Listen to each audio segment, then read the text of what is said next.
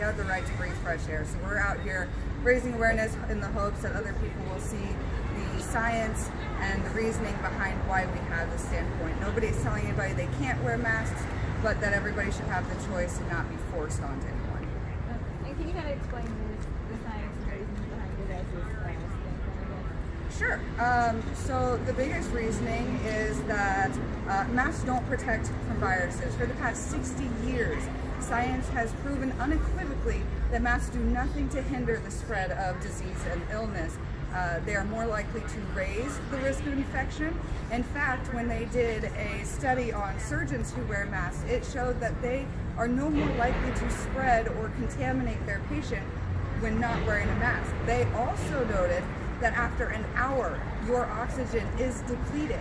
An hour. That is in a sterile, oxygen-added room, not out in a contaminated world with hundreds of people who wear masks improperly and completely there's no, what's the word I'm looking for? Evidence? Restrictions. There's no guidelines on which masks to use and not use. For instance, the masks that are being handed out on school clearly state they are for fashion wear only. They do not protect against the spread of disease and illness, and you will find that that is the case for 99% of the masks that are being sold.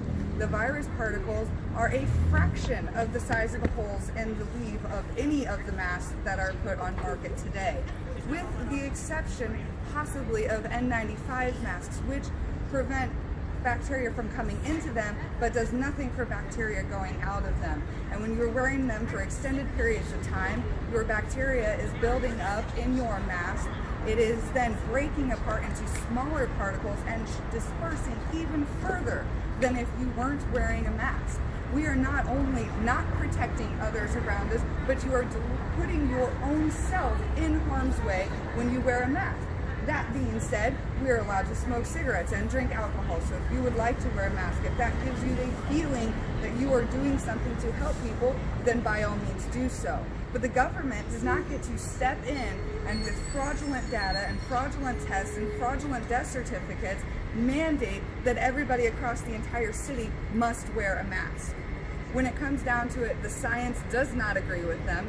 Their county health director, Audie Poor, whom today they will be voting on to make a city health director, has not even shown up for a single one of the city council meetings to give a report. I know this because I put in a request form to the city council for the reports that Audie Poor was supposed to deliver, and she has not done so.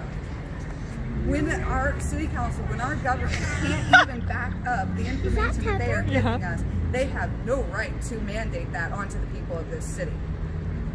And then I guess you guys, my last question for you guys are just out here, today that they are also voting to extend the mask mandate. They are also extending voting. Yep. And you guys are out here against that as well. Absolutely, absolutely. I don't think that the city council should get to extend something when they haven't even followed up on their end of the deal. Like I said, Audie Poor is supposed to be out here giving us a report and stats on this every single week, and she has not shown up once to deliver that report.